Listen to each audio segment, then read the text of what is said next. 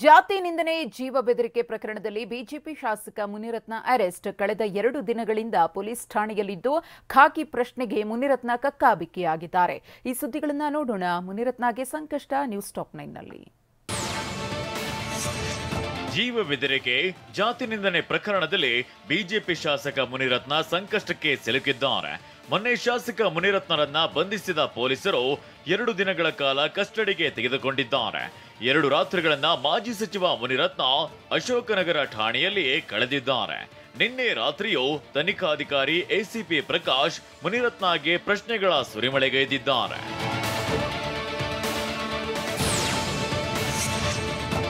ಜೀವ ಬೆದರಿಕೆ ಜಾತಿ ನಿಂದನೆ ಪ್ರಕರಣದ ಆಡಿಯೋ ಸಂಬಂಧ ಮುನಿರತ್ನಗೆ ತನಿಖಾಧಿಕಾರಿ ಸಾಲು ಪ್ರಶ್ನೆ ಕೇಳಿದ್ದಾರೆ. ಬೆದರಿಕೆ ಹಾಕಿದ್ದು ನಿಜಾನ? ಯಾವ ವಿಚಾರಕ್ಕೆ ನೀವು ಬೆದರಿಕೆ ಹಾಕಿದ್ದು? ಯಾವಾಗ ರೆಕಾರ್ಡ್ ಮಾಡಿದ ಆಡಿಯೋ? ಎಷ್ಟು ವರ್ಷದಿಂದ ದೂರುದಾರ ಪರಿಚಯ? ಆಡಿಯೋ ಬಹಿರಂಗ ಆಗೋ ಮುನ್ನ ದೂರುದಾರರು ನಿಮ್ಮನ್ನ ಸಂಪರ್ಕಿಸಿದ್ರ ಎಂದೆಲ್ಲ ಪೊಲೀಸರು ಮುನಿರತ್ನರನ್ನ ಪ್ರಶ್ನಿಸಿದ್ದಾರೆ.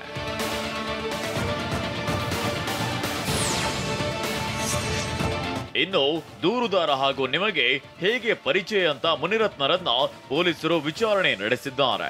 ಇದರ ಜೊತೆಗೆ ನಿಮ್ಮ ನಡುವೆ ಏನಾದರೂ ವ್ಯವಹಾರ ಆಗಿತ್ತಾ? ಇಬ್ಬರ ನಡುವೆ ಫೋನ್ ಸಂಪರ್ಕ ಇತ್ತ?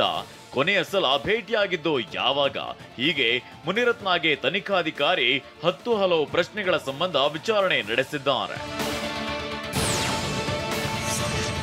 ಜಾತಿ ನಿಂದನೆ ಪ್ರಕರಣದಲ್ಲಿ ತನಿಖಾಧಿಕಾರಿಗಳು ಈಗಾಗಲೇ ದೂರುದಾರರ ಬಳಿ ಆಡಿಯೋದ ಮದರ್ ಡಿವೈಸ್ ಕೇಳಿದ್ದಾರೆ. ಅದರಂತೆ ದೂರುದಾರರು ತಮ್ಮ ಬಳಿ ಇರೋ ಮದರ್ ಡಿವೈಸ್ ಅನ್ನ ತಲುಪಿಸಿದ್ದಾರೆ. ಮುನಿರತ್ನ ಆಡಿಯೋ ಸ್ಯಾಂಪಲ್ ಅನ್ನ ಕೂಡ ಪಡೆಯಲಿದ್ದಾರೆ. ಜೊತೆಗೆ ದೂರುದಾರ ಚೆಲುವರಾಜು ಆಡಿಯೋ ಸ್ಯಾಂಪಲ್ ಕೂಡ ಸಂಗ್ರಹಿಸಿದ್ದಾರೆ.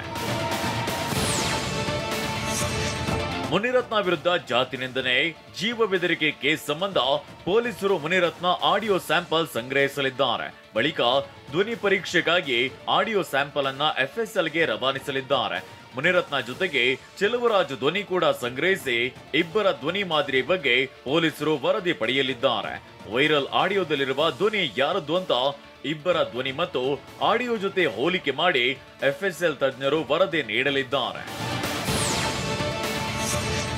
ಬಿಬಿಎಂಪಿ ಗುತ್ತಿಗೆದಾರ ಚೆಲುವರಾಜು ಯಾವ್ಯಾವ ಸೆಕ್ಷನ್ಗಳಲ್ಲಿ ಮುನಿರತ್ನ ವಿರುದ್ಧ ದೂರು ದಾಖಲಿಸಿದ್ದಾರೆ ಅನ್ನೋದನ್ನ ನೋಡೋದಾದ್ರೆ ಐಪಿಸಿ ಸೆಕ್ಷನ್ 506ರ ಅಡಿಯಲ್ಲಿ ಕ್ರಿಮಿನಲ್ ಬೆದರಿಕೆ ಅಥವಾ ಜೀವ ಬೆದರಿಕೆ, ಇನ್ನು ಐಪಿಸಿ ಸೆಕ್ಷನ್ 504ರ ಅಡಿಯಲ್ಲಿ ಉದ್ದೇಶ ಪೂರ್ವಕವಾಗಿ ನಿಂದಿಸಿ ಸಾರ್ವಜನಿಕ ಅಶಾಂತಿಗೆ ಪ್ರಚೋದನೆ.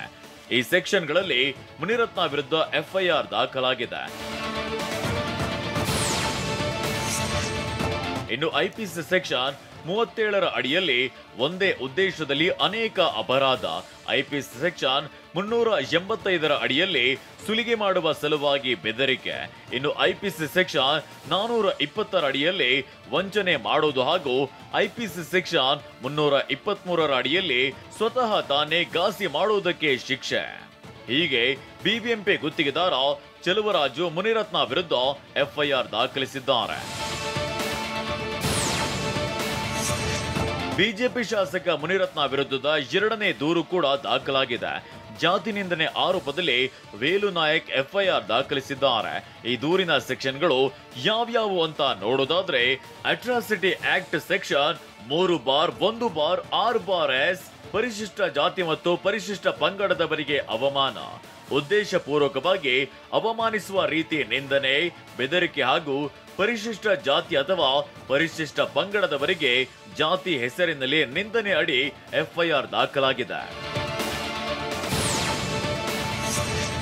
ಇನ್ನು ಐಪಿಸಿ 153A ಸೆಕ್ಷನ್ ಅಡಿಯಲ್ಲಿ ಬೇರೆ ಜಾತಿಗೆ ಅಪಮಾನ ಮಾಡೋದು, ಪೂರ್ವಾಗ್ರಹ ಪೀಡಿತವಾಗಿ ಜಾತಿಯ ಬಗ್ಗೆ ದ್ವೇಷದ ಮಾತುಗಳನ್ನಾಡುವುದು, ಐಪಿಸಿ ಸೆಕ್ಷನ್ 509ರ ಅಡಿಯಲ್ಲಿ ಮಹಿಳೆಯ ಗೌರವಕ್ಕೆ ಧಕ್ಕೆ ತರುವ ಹೇಳಿಕೆ ಆರೋಪ ಹಾಗೂ ಐಪಿಸಿ ಸೆಕ್ಷನ್ 504ರ ಅಡಿಯಲ್ಲಿ ಉದ್ದೇಶ ಪೂರ್ವಕವಾಗಿ ನಿಂದಿಸಿ ಸಾರ್ವಜನಿಕ ಅಶಾಂತಿಗೆ ಪ್ರಚೋದನೆ ಹಾಗೂ ಐಪಿಸಿ ಸೆಕ್ಷನ್ 153ರ ಅಡಿಯಲ್ಲಿ ದಂಗೆ ಏಳುವಂತಹ ಹೇಳಿಕೆ ನೀಡುವುದು ಅಂತ ಮುನಿರತ್ನ ವಿರುದ್ಧ ವೇಲು ನಾಯಕ್ ಎಫ್ಐಆರ್ ದಾಖಲಿಸಿದ್ದಾರೆ.